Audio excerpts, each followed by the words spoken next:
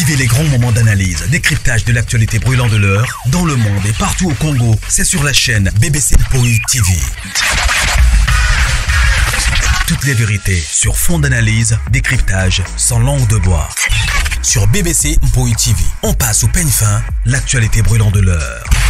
Nous sommes fiers d'être Congolais, nous sommes fiers d'être Africains. Construisons ensemble une bonne société pour nous et pour nos enfants. Tous à la fière, Yakozala Congolais. Tous à la fière, Yakozala Africain. Tous à la na Bomoko, Poto Tonga Mboka, Pona Biso, Nabanda Nabiso. Voilà. Salut, bonjour, bonsoir, la grande famille. Et qu'au dépendre, quand on a héros, pour y avoir vidéo, nous avons bonsoir, bonjour, voilà, et ça va bino, BBC Mpoi TV. Voilà, les autres vendredi, le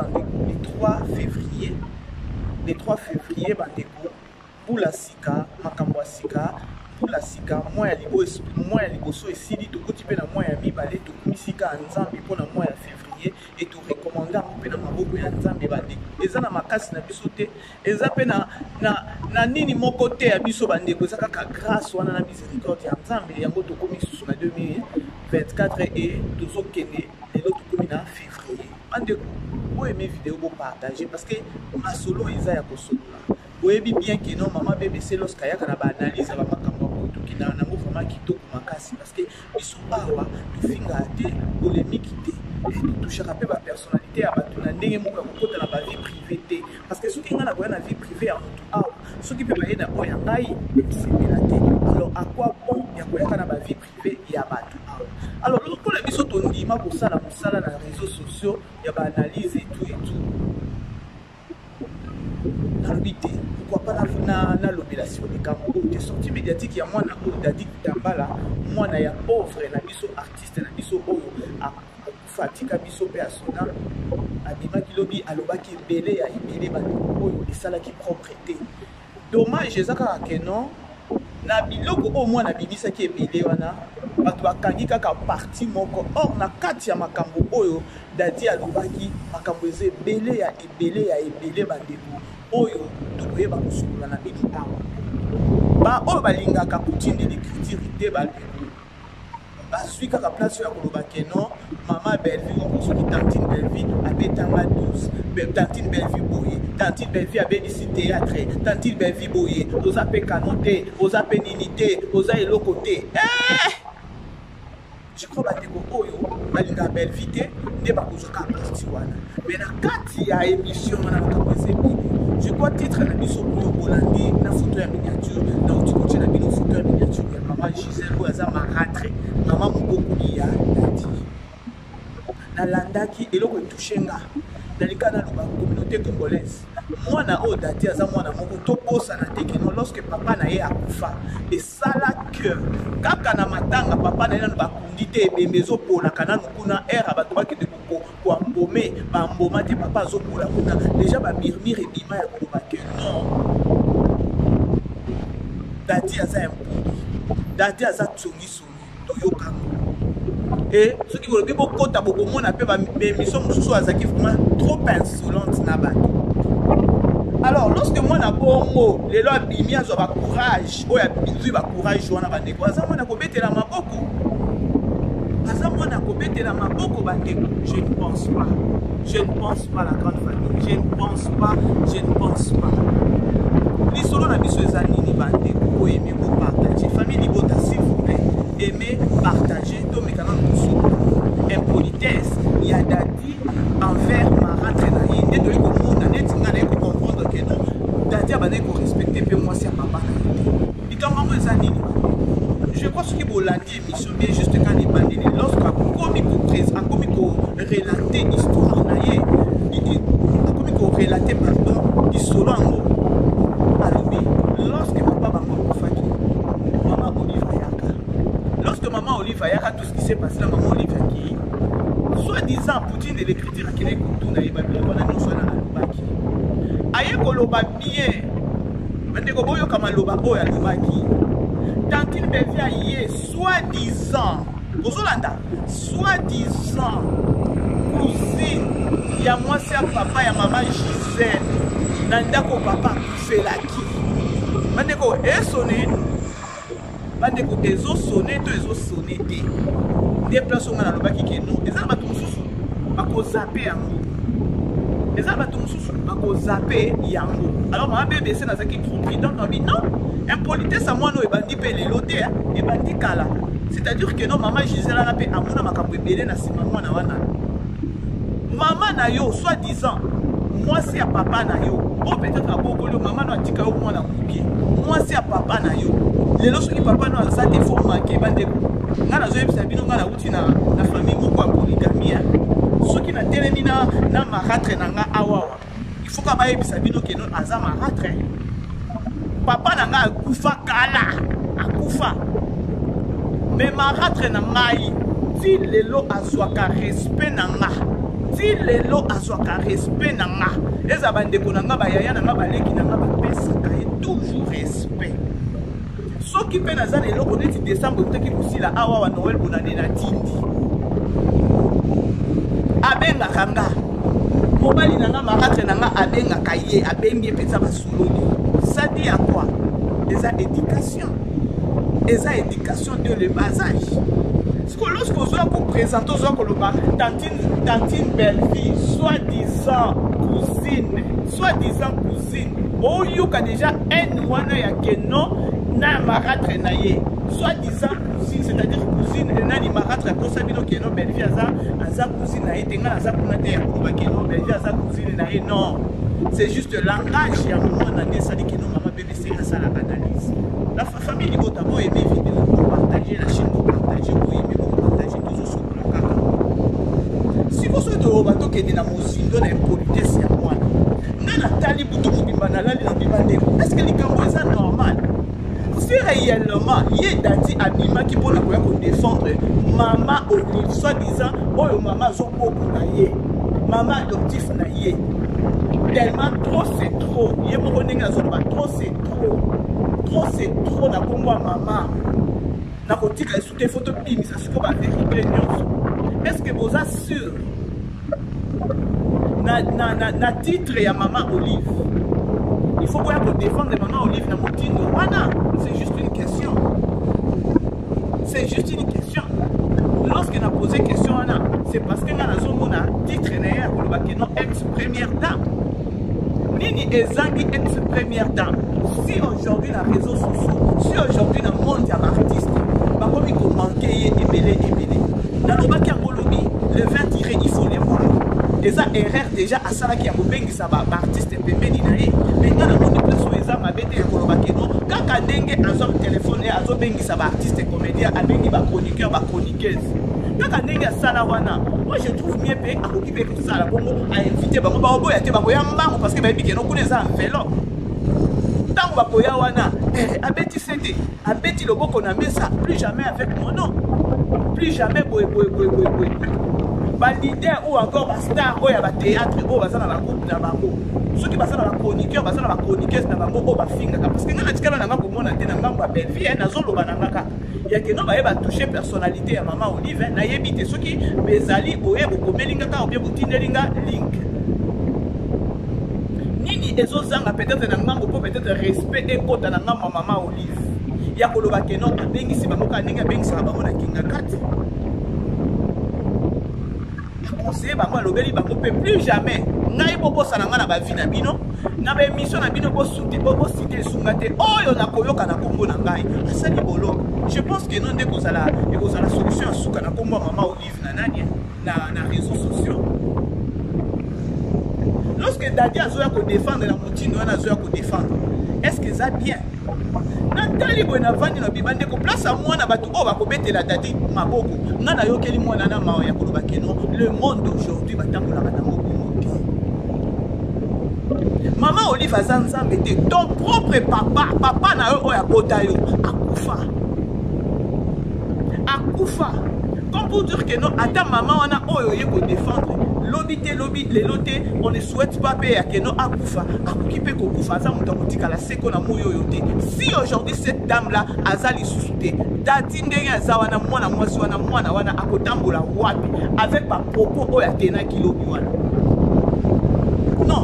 tozo solo la kaka quelque part il faut to bana kosala la paix moto ce qui peut-être que kobete la mwana na maboko c'est comme si bozo stara nini bozo creuser les poulou pona ye sortie médiatique ya dadi wana ezalaka ya solo ezalaka lokuta mais elle ne pouvait pas ce qui réellement abimaki kaka pona koya ko défendre maman Olive trop c'est trop sur les réseaux sociaux eza moyen moi na lobby eza moyen bien te ya koya ko défendre maman Olive nini ezozanga Vincent Julius aza na ba groupe nepe ya ba théâtre je crois likolo na ngoli susu aza chroniqueur soki journaliste ya maman Olive mais je crois aza na pouvoir wana pe ya koloba ke non je vais essayer d'abord d'appeler Belleville j'appelle Sila j'appelle ceux qui va chroniqueur mususu asololaka na bango alobi non bandeko botala boye bona respect ya maman tokoki koyaka koloba te ke non maman naza mabe te bandeko mutu azwa bino en charge mutu apesa bino quelque chose elle mérite du respect toboyi te azo mérité respect yango balobaka la reconnaissance n'est pas de ce monde soki lelo dati wana lelo amanke nanu maratre na ye amanke bakolege ya mosala papa na ye siko na mama na ye oyo encore mama adoptif na ye aozangaka parce que tomoni peti si tomoni ba oyo mpe mama Olive asuma bamanke mama Olive comme pour dire que non malgré ye mpe bazosunga ye un bon jour mpe akoki kobloke c'est juste nazo ramener savoir ya bato dans la vie il faut tout yeba kotambola dans la vie na monde ya lelo na basiècle ya lelo bandeko kindoki eza kaka te ke non ndoki ya famille na bomi ou bien nini kindoki lelo ekoma kaka ata na mosala na yo entourage na yo babomi église ebomi mais moi je sais que non cette fille là ou encore ce qui dati kitambala wana aza chantre de l'éternel bongo te ye bandeko ota la chantre de l'éternel ndenge abimi mpona koya kosanza mpona koya koloba kozoka ke non la fille aza na biloko na kati ndenge biyo yango bazalaki basi bapréparé non kono soki papa aleki na azoyebi se non tozonga na sujet te trop c'est trop osalelaki biso mpe quelque part comédie parce que ezalaki biloko déjà kozalaki kosi kopréparé il faut savoir aussi que non lorsque kozosala makambo bato bakotala bino sur 100% eza mpe na misusu baza bazoba te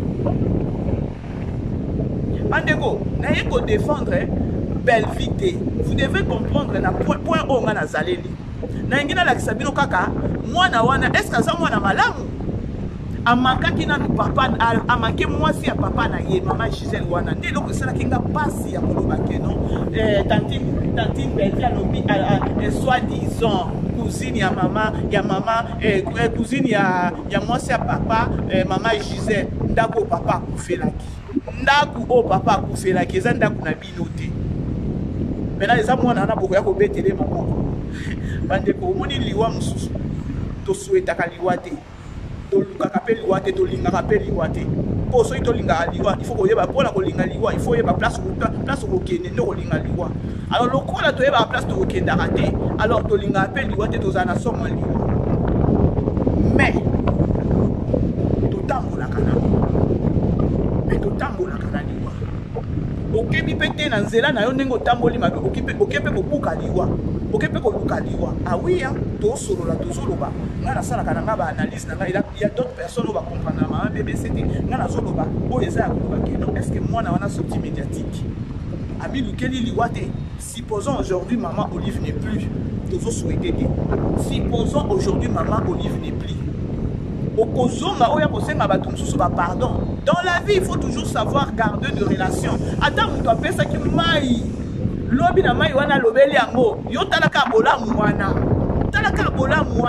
je ne pense pas que no Belleville ndenge aza wana asalaki ata bolamu moko te epa na yo ata ke no mama Olive yango mpe bandeki kopesa mbongo ndenge yo ozoba ke no badouze ezalaki peut-être abandeki kokata mpe bambongo mais le fait que no mbongo ebandeki kokóma na maboko na yo mais pesa nzambe merci eza na bato mosusu ata na mbongo yango mpe akozwa te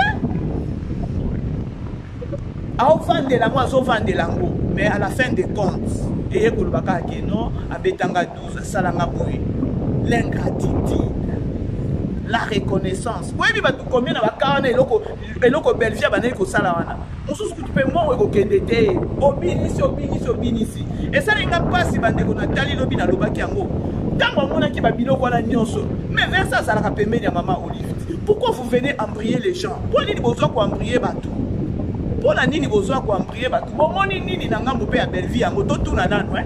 Totuna parce que tout le monde qui peut sortir médiatique il y a maman Teresa Belleville. Moi non pe oh dadi Belleville. Ou juste c'est quoi? Oye pe na makambo ya Belleville osukite okomi kotanga ba kombo na papa leki kuta na ko pekisa ko loba te. Ezali kaka ke non azona ko se sauver mais azaka sa koder ke non bwaka na yo loba. Wana ka pona ko aveugler bato batala. Même biso ba musuto za ba soba te. Tout ça ba soba te.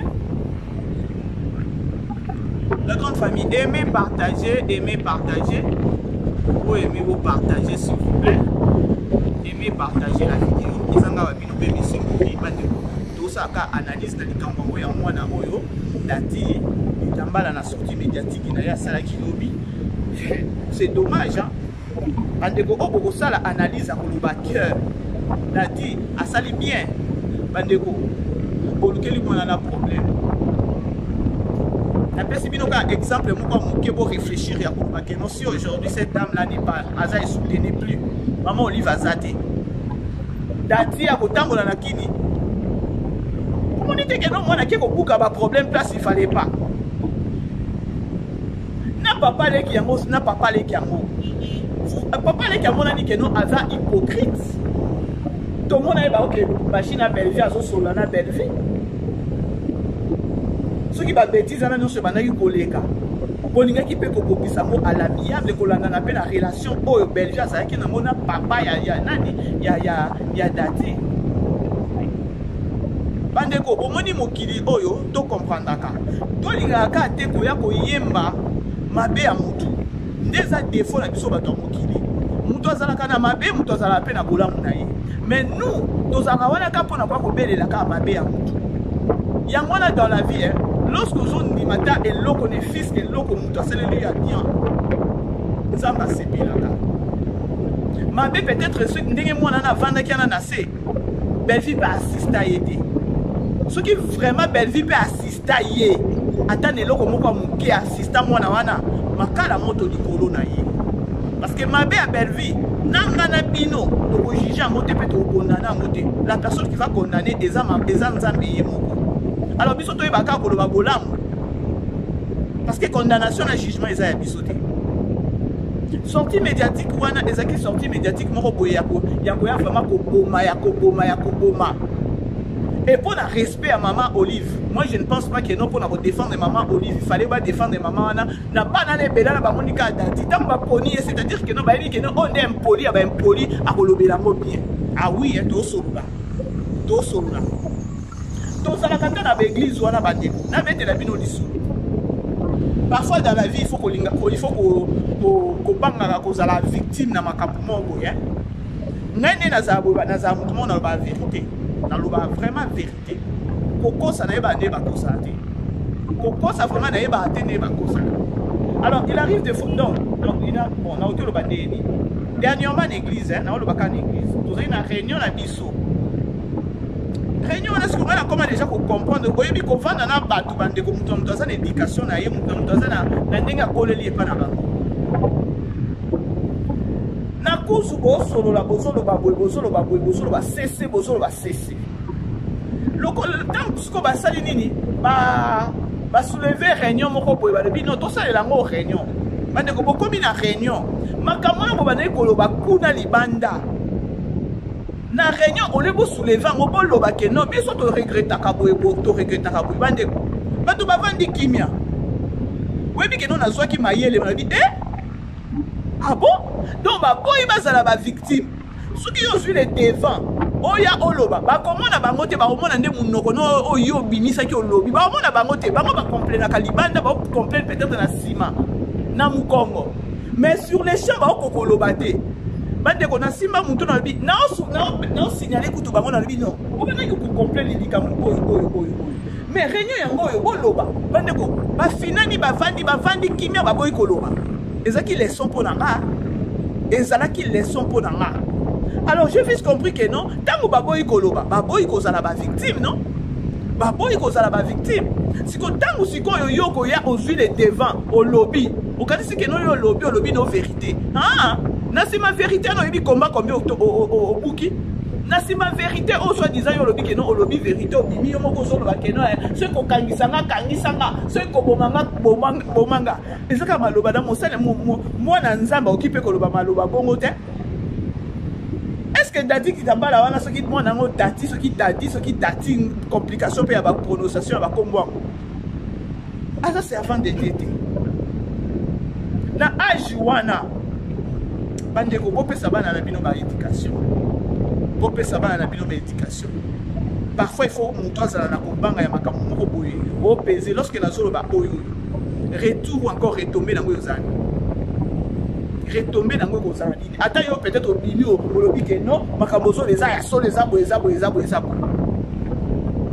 Na makambo on ndenge zo les ka soit disant parce que elle est venue à koloba que non, trop c'est trop parce que insulter maman Olive trop. Est-ce que vous aimez vidéo pour partager s'il vous plaît, vous aimez vous partager tout solo là. Vous aimez famille bota please, vous aimez vous partager en gros, tout partager en gros massivement parce que tu aurais dit que non, Belgique ça l'appelle à bitumbebele sur les réseaux sociaux dans la communauté congolaise. Oh ils analyse, moi ils réflexion. Tous ceux qui sont dans le bateau sous mayele, tous ceux qui s'appellent ça Tokyo yangana oki jamais ko yawa elle t'a dit on va qui boye, au conseil belle vie, c'est trop enfantin, on les analyse. Les analystes. Les analystes. Ceux qui belvient à Salamouana Namabe, mais ils appellent à Bolam ou Salamouana Wana. Ceux qui belvient à Salamouana Namabe, ils appellent à Bolam ou Salamouana Wana. Parce que moi, on a Kobima, Yaki Kobima, c'est de venir détruire Belleville. Ils ont perdu sa carrière à Belleville. Ils ont perdu sa image à Moutou. Ça fait mal. Façon qu'on défendre Maman Olive. Est-ce que tu es sûr, Vincent, tu lui oses sûr? Façon pour défendre Maman Olive et ça la manière on a que nous sommes na yaya na yo oya ko tchaye na plateau abanda koloba bon on a dit que nous besoin déclencher ba guerre au mususu ya moté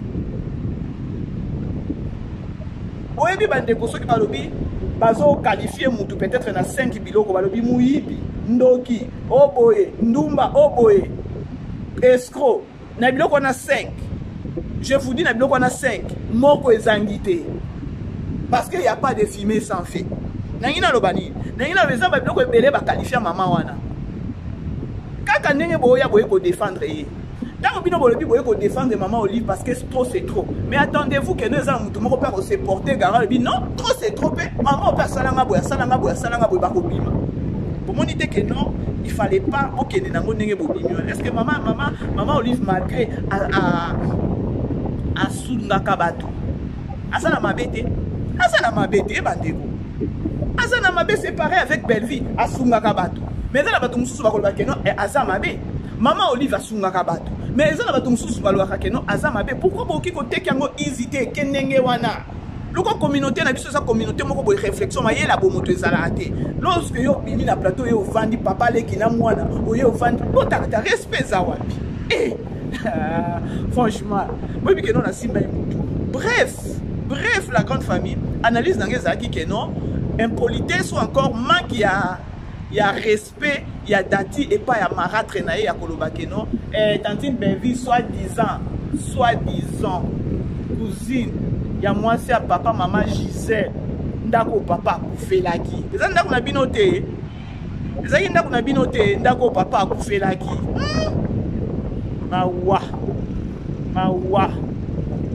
La grande famille, je vous aime bien. Les autres vendredi, bon depuis à week-end à Bino son numéro na biso Zawana, où ça besoin pour benga maman BBC pour bengi et ça toujours biso bien et voilà, on est là.